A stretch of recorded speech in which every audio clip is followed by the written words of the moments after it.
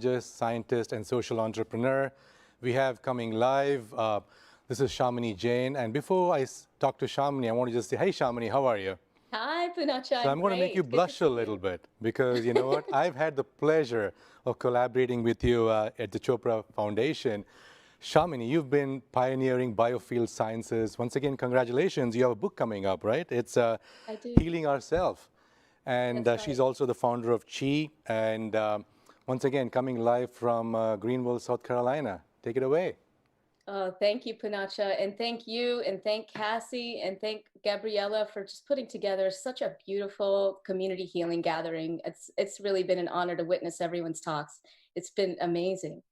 And as Punacha said, I have been super passionate about and studying healing, honestly, for most of my life. And we've been exploring this in many different ways. But I just want to echo for those of you who may have not had the pleasure of hearing, for example, Alyssa Epple, James Doty, and even Dan Siegel today, we've heard a lot about how these, sometimes called self care or mind body practices influence our health. And for some of us, this might be new, right? Mindfulness, yoga, meditation, Tai Chi, Qigong, they might not even really be in our culture. One thing I can tell you from the science that I think all of these scientists have said is that what matters is that you just connect to a practice. Actually, the data suggests, even though mindfulness may be in vogue and different things may be in vogue over time, what are these practices really leading us to? I mean, ultimately, these practices weren't really developed for symptom reduction. They weren't developed to make our brains smarter. They were actually developed for self realization. What does that mean?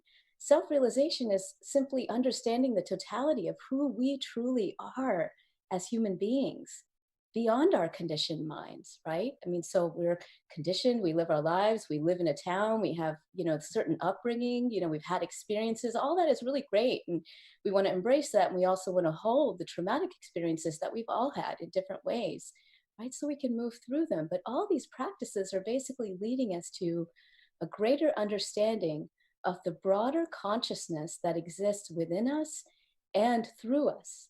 And this is what Peter was just speaking about, right? As we begin to use those practices in whatever way feels resonant for us, it may be prayer, it may be Tai Chi, it may be yoga, it may be something else. All of them have in common, of course, scientifically, that they're stimulating the rest and digest system of the parasympathetic nervous system and therefore have these downstream effects on immunity. All of that is great. But it really doesn't matter which practice you pick, it just matters that you commit to a practice. So we understand that. And as Punacha said, I've been studying actually not only how can we heal ourselves, but how can we heal another?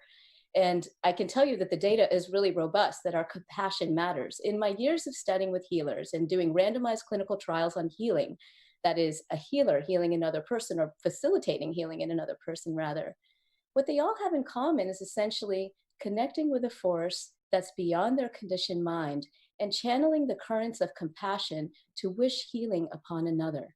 And it turns out that that data is pretty robust and it cuts across all kinds of different spiritual traditions. So, this is the promise, this is the hope that we have, that we understand that no matter what our practice is, when we come back to that deeper sense of our consciousness, which is actually unbounded bliss, we can then carry that out into the world and bring forth what we really want to see in ourselves and in others. It's really powerful. So, for those of you who are like, well, the mind body practice thing is cool, but I'm not really familiar with it, I want to share with you three really basic practices that I have found super helpful during the pandemic that don't require specific experience or training. And they're pretty common sense, but the data support them as well. One, listen to nature.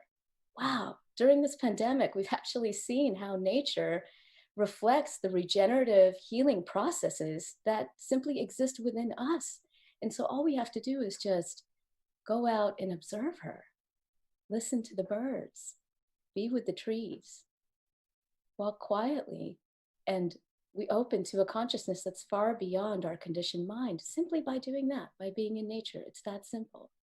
The second, as Aida and others have said, you are a creative being.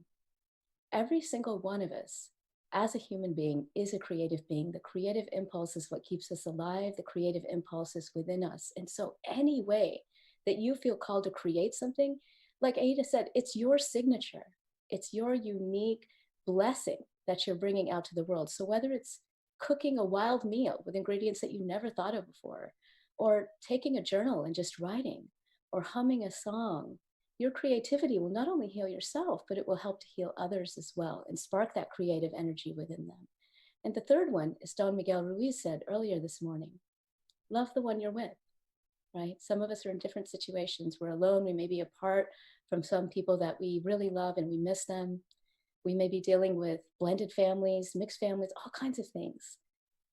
Our pathway here is to move from the understanding of conditional love to unconditional love, which is the broader consciousness, which is our flavor of connection.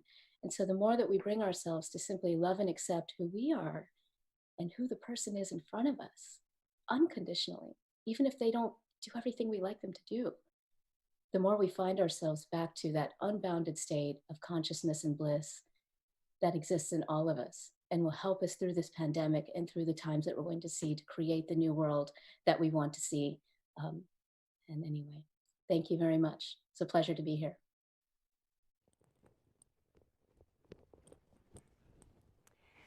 I'm back. Thank you, Shamini. That was lovely. Thank you for your 3 tools. It's so important to get to the path of one's own love. You know, accepting oneself is really the basis of the foundation of, you know, our journey here as human beings, our journey as a collective together.